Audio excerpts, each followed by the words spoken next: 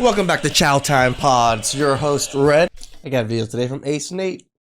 That pregnancy happens easily, but when they actually try to get pregnant later, they find out that timing matters way more than they were ever told. Isn't it weird how your whole life you've been taught like how to stop pregnancy, like don't get pregnant, everyone scares you, it's gonna happen on the first try, like blah blah blah. And then like whenever you're ready to start trying, or like my husband and I just got married 2 months ago, and then we're like, okay, like start trying, and then it's like you wake up one day and then everything that you've been doing for the last like 30 years of your life like just stop doing, and you do the complete opposite, and it feels like, I don't know, it's just a weird feeling. Like when you start I can get that. Like the whole time you were preventing pregnancy, and then all of a sudden now you want the pregnancy. trying when you've been not trying your whole life. It's just a weird, and there's so much more that goes into it that I feel like people don't know. And obviously like everyone's different, and some people are like super fertile and it happens on the first time, and then like other things that like you've Hispanic women are very fertile. been doing, like for instance like sauna for guys, like kill sperm. Apparently we had no idea. We literally have a home sauna, like been doing it every day, like just random things like that. And I feel like it's not talked about enough, and I just feel like people should know more. Like if you're gonna start trying, like you should I gotta say, when I first listened to this clip, I didn't realize how many times she said like.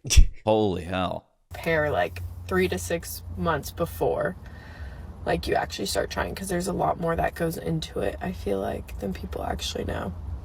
But yeah, I don't know. How do you shove the like in the front and at the end at the same time? Random thought. Yeah, it's actually pretty devious what she's saying here. You know, when she was most fertile, that's when she was told that, well, she shouldn't be utilizing that fertility.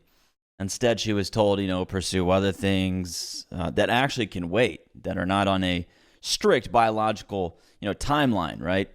But the fact is, careers can wait, college can wait, travel can wait, fertility will not wait.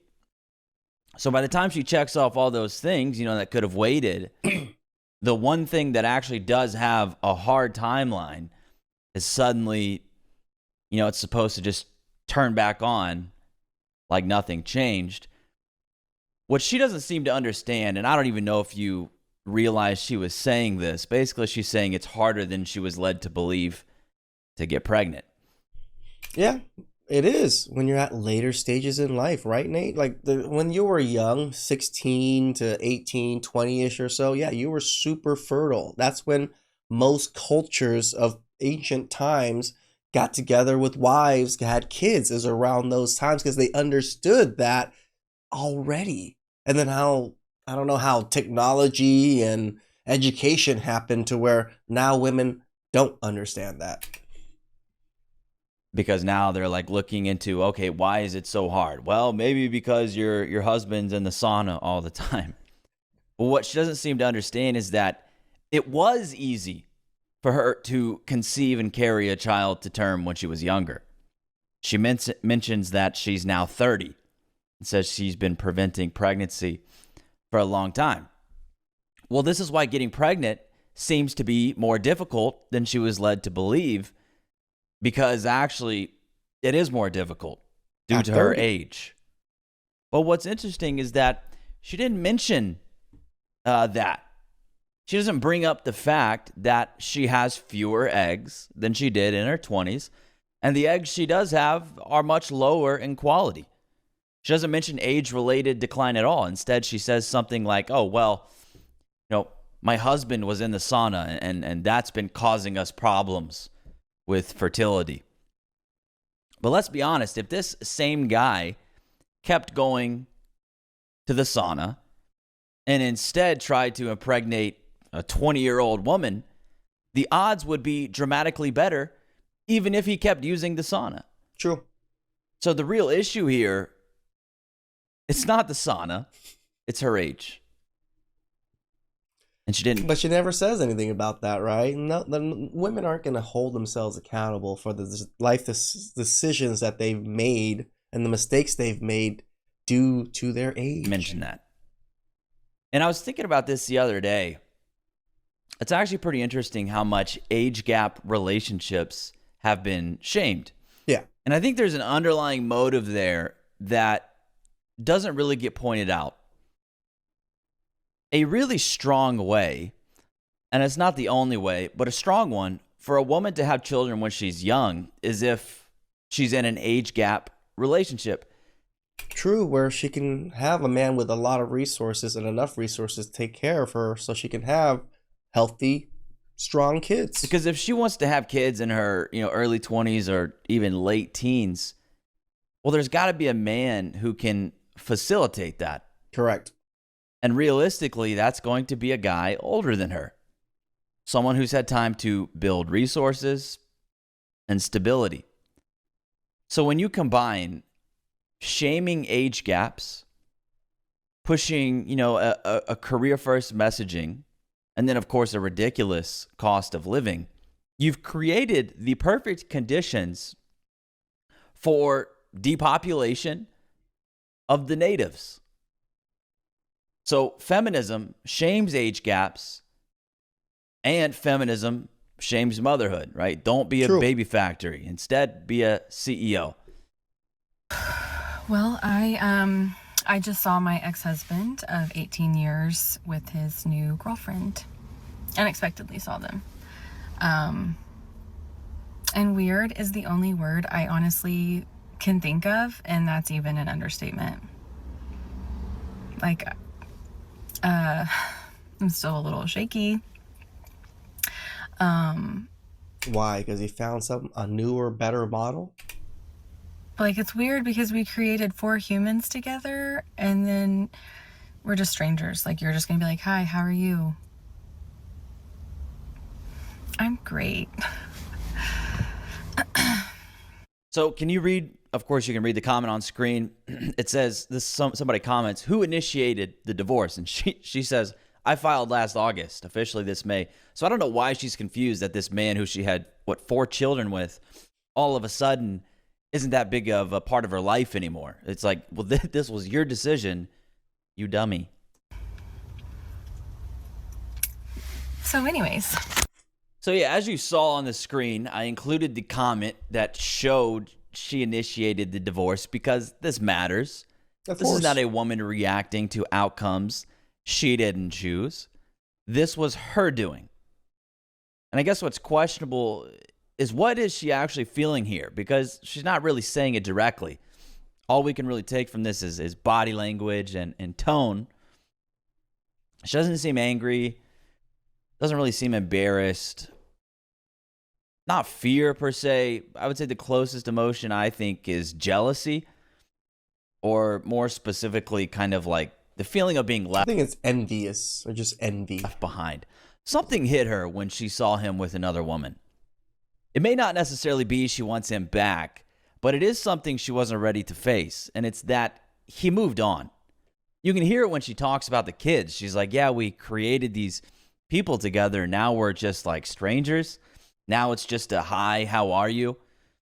She's perplexed. She's realizing that She still expects the man to, after you initiated the divorce, ruined his life, ruined the family, for him to still be like, hey, babe, how you doing, babe?